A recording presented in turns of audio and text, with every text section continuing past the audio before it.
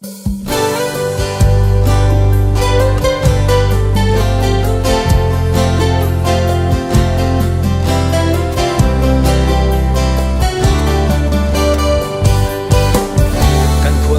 narama harsan natte tokin lungai chin ma ila lungai rengom lo na van Jerusalem ma kan la leng don sia chi sen na min tlan na van khole tuya le lama ui thiama bin siam tu la li suan he na chuan joy moi na le ro pui na la na te chu chatuanin atani zero se joy moi na le ro pui na la na te chu chatuanin atani zero se nay na ata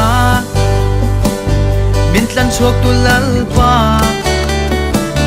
kan fakin kan lom che kuta sak lo in van Jerusalem ma min shuai khen don sia chi sen na bintlan na van khole tuya le lama ui thiama bin siam tu la li suan he na chuan joy moi na le ro pui na la na te chu chatuanin atani zero se joy moi na le ro pui na la na te chu chatuanin atani zero se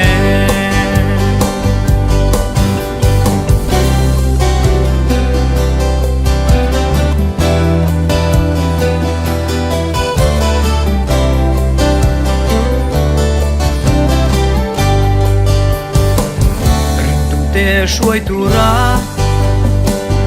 allo kal le hunna lei she om chua san min sin thua tak sa pu in van Jerusalem